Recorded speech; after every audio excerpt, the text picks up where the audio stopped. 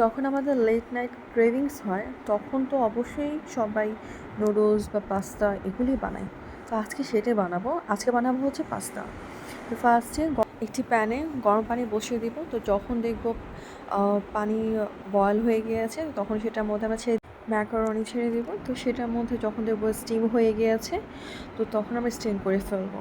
অন্যদিকে মুরগির মাংস ছোটো ছোটো কিউব করে কাটা ছিল, সেটার মধ্যে অনেক বেশি করে ম্যাগি মশলা, যাতে একটু চটপট মনে হয় তার জন্য অনেক বেশি করে ম্যাগি মশলা দেওয়া হয়েছিল।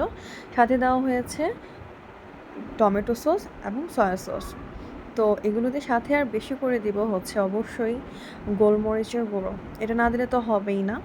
তো দিয়ে এগুলো ভালোভাবে মেখে নেব। তো মেখে নেওয়ার পর আরেকটি প্যানে অল্প করে গার্লিক দিয়ে দিব তেলের মধ্যে, বাটার দিয়ে। আর এটা ফ্লেভারটা বেশি ভালো হয় যখন বাটার বা গার্লিক দিয়ে করা হয়। তো আমি তেল দিয়ে করেছি নর্মালি। তো তারপর আরেকটা বাটির মধ্যে আমি বেশি করে টমেটো সস এবং সাথে দিব সয়া সস এবং অল্প করে দিব ওয়েস্টার সস। তো এটা দিয়ে সাথে দিব গোলমরিচের গুঁড়ো আর ম্যাগি মশলা। তো এগুলো দিয়ে একসাথে মিক্সড করে নিব, ভালো করে মিক্সড করে নিতে হবে। টেস্টের জন্য আর কি এটা করা। আর সাথে দিব গোলমরিচের গুঁড়ো।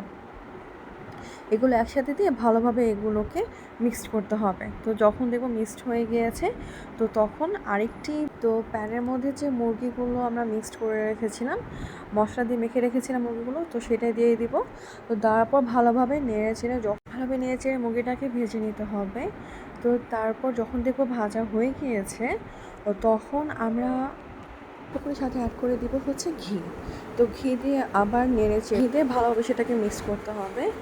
তো এই তো আমার মোটামুটি মুরগিটা হয়ে গিয়েছে, মুরগির যে কিপগুলো ছিল সেগুলো হয়ে গেছে। আর তারপর অ্যাড করবো হচ্ছে যে সসটা বানিয়ে রেখেছিলাম, তো সেটা এটার মধ্যে অ্যাড করে দিব। তো এই তো অ্যাড করার পর ভালোভাবে মিক্স করতে হবে।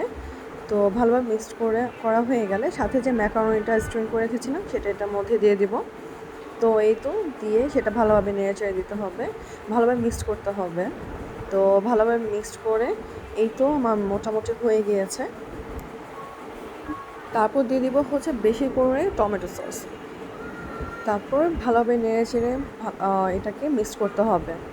তো এই তো মোটামুটি মিক্সড হয়ে গেলে আর সাথে দিব হচ্ছে ম্যাগি মশলা। তো এই তো মোটামুটি আমার হয়ে গিয়েছে।